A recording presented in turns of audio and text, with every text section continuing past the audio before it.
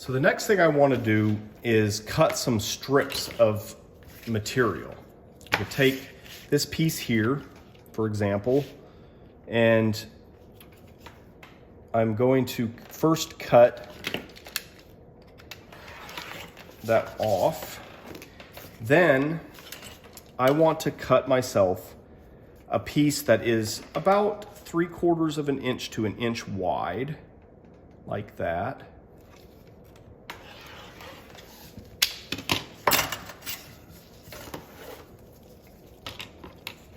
I'm going to round the ends because the corners never stick. So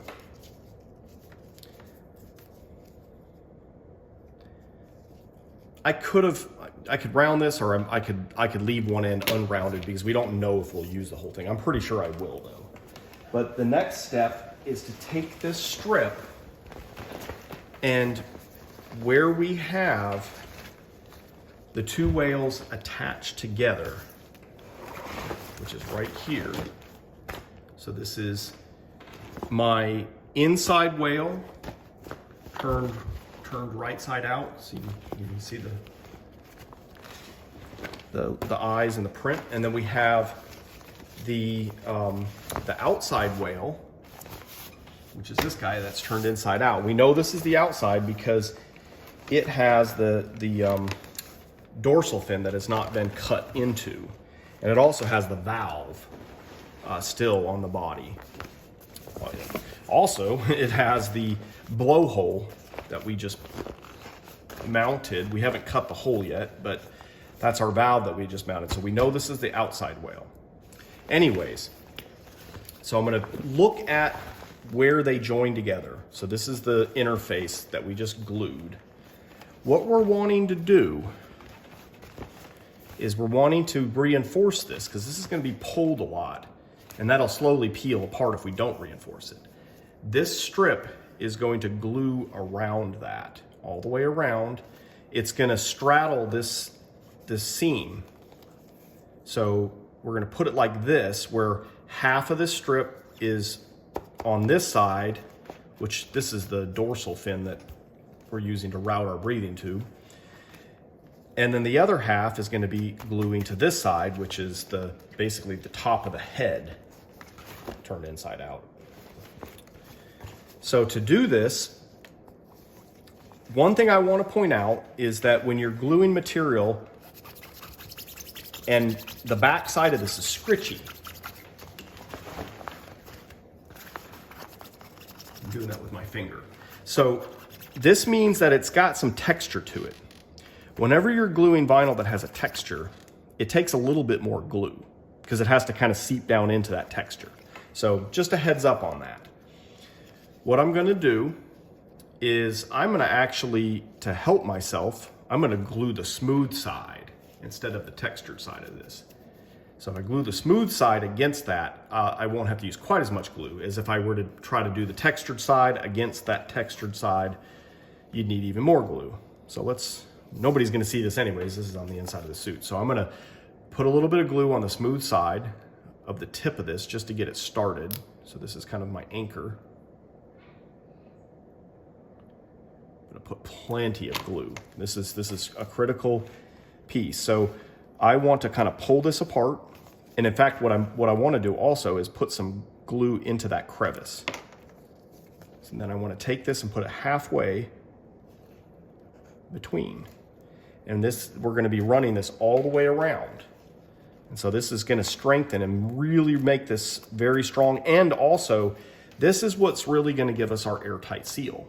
So you want to make sure that this is very thoroughly glued, has no wrinkles and no gaps in the glue. Otherwise, you're going to be fighting crazy air leaks that are in hard to get to places. So use plenty of glue on this part. You'll thank yourself later on. So I'm going to just basically keep on rotating my way around this. My camera so you can see better. So I'm going to keep rotating my way around this. And as I do, I'm going to be putting glue into this crevice. And I'm going to be putting glue on the back side of my reinforcement strip. And I want to peel it back to where I can see my old glue. It is important that I don't have any gaps because this is my airtight seal. So pull it back until you can see your old glue. And, you know, do about 1 inch or so at a time. I wouldn't do much more because it's kind of hard to go around a curve anyway. So as we do this, we want to kind of work it into that. And you see I got a wrinkle trying to form. So this is where you really kind of have to use your fingers to kind of work it. And what I usually like to do is kind of, you can see how I'm letting this kind of go this way and then this one kind of this way and kind of creating a little bit of a groove. This kind of helps it come together.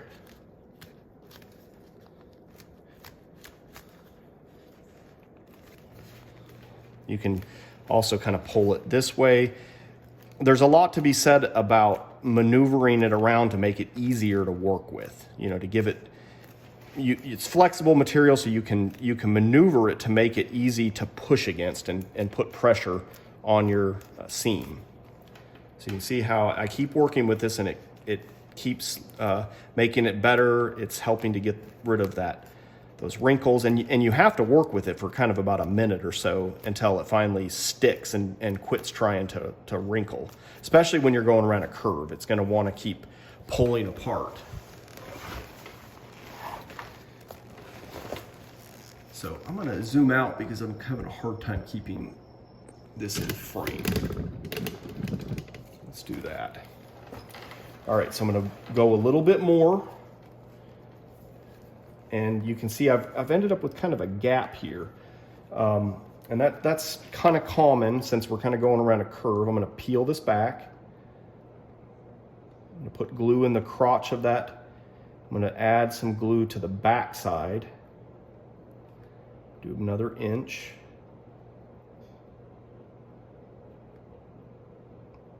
I want to make sure I have enough all the way around. And then I'm going to, again, kind of maneuver this to get rid of wrinkles.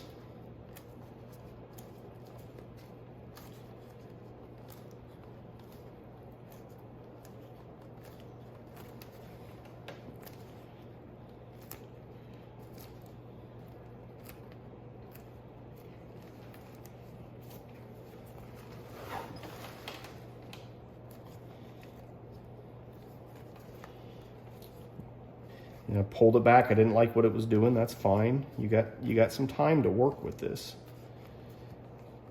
I'm gonna kind of pull these apart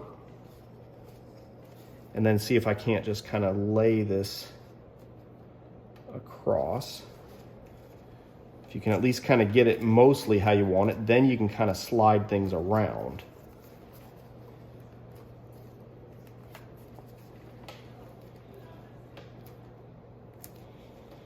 So this is a problem right here. I have a bit of a wrinkle, so I'm going to kind of pull that material like that. I don't want any wrinkles anywhere because that's going to be very difficult. You might as well just, you know, look for them as you're working and destroy them. You do not want wrinkles. They are your enemy.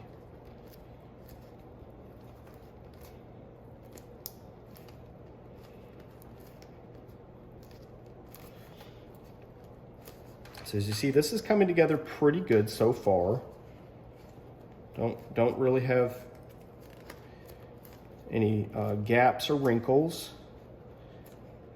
You have to kind of keep working with it over time.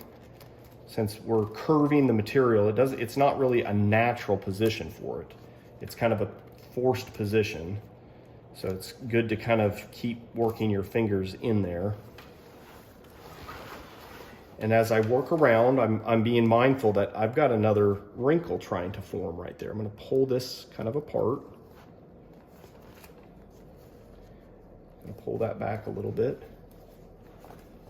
Kind of get this set up for the next.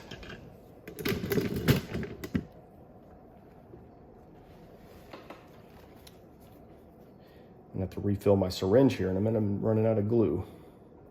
Putting more glue along the crevice of this. And then I'm going to put some more on the back side. I'm going to peel it back, make sure I don't have any gaps.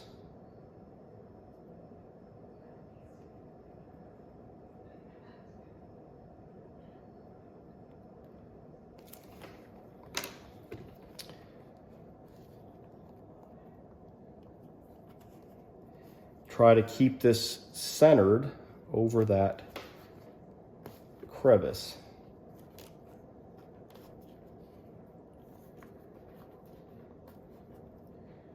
And then work the material so that you don't have any wrinkles.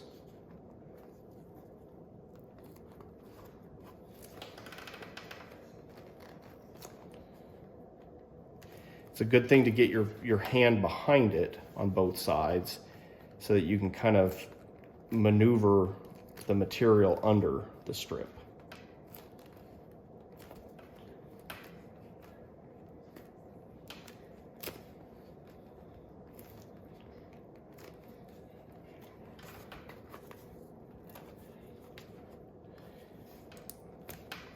You kind of want to look ahead even past where it's glued to make sure that the strip is going to continue to lay in the direction centered down that crevice.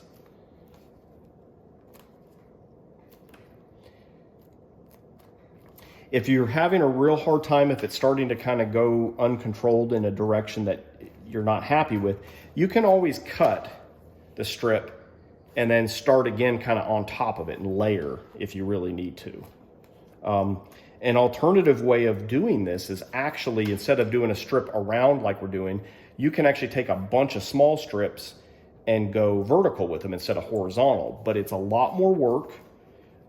There's a lot more potential for holes or for leaks because you have a lot of layering, and when you have layering, it is very difficult to seal lots of layered strips. So it's not recommended to do it that way. That's actually how we used to do it.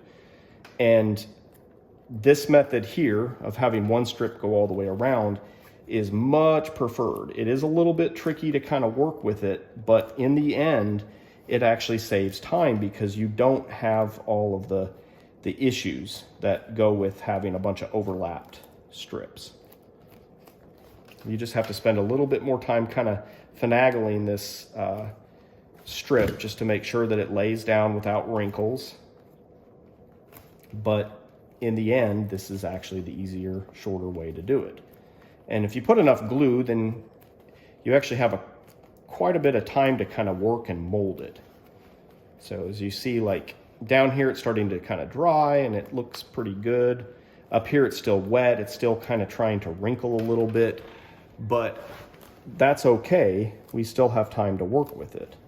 So we do want to kind of move forward and then back up a little bit. Move forward, back up a little bit as far as working and pushing into the material.